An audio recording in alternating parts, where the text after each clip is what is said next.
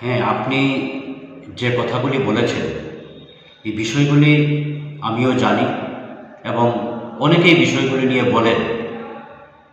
সামনেই বর্ষা আসছে, যে খোয়াই শহর এলাকার বিভিন্ন ড্রেনগুলি, সেখানে এগুলিকে পরিষ্কার করা হচ্ছে না সময় মতো, তার ফলে জঞ্জাল জমে আছে।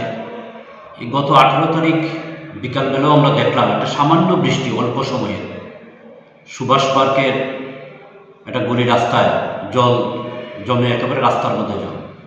এরকমভাবে আরও বেশ কিছু জায়গায় আমরা দেখছি সেই ড্রেনগুলির মধ্যে সেখানে বোতল বা বিভিন্ন ধরনের সামগ্রী পরে অনেকটা অবস্থা হয়ে আছে।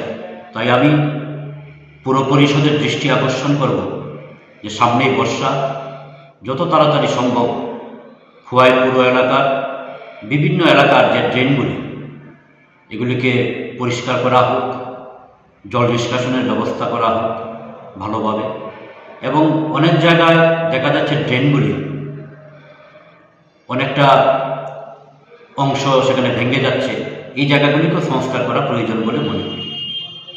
আর একটা প্রশ্ন থাকবে আপনার কাছে, যে অনেকেই অভিযোগ করছে প্রচণ্ড পরিমাণে খোয়াই পৌর পরিষদ এলাকা মশা, সেগুলি নাকি ড্রেন থেকে আসছে, পুর পরিষদের পক্ষ থেকে কোনো ধরনের ব্যবস্থা গ্রহণ করা হচ্ছে না, সেই বিষয়ে কি বলবেন? এটা তো আমরা সবাই জানি যে এটা রাস্তাঘাটের সেই সমস্ত ড্রেনগুলি যদি ঠিকমতো পরিষ্কার না হয়, স্বাভাবিকভাবেই এই সমস্ত জায়গা থেকেই মশার জন্ম হয়।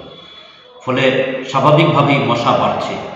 ফলে এই কাজগুলি যদি সময় মতো পুর পরিশোধ করে সময়ে সময়ে, তাহলে সেইভাবে মশার পরিমাণ বাড়বে না।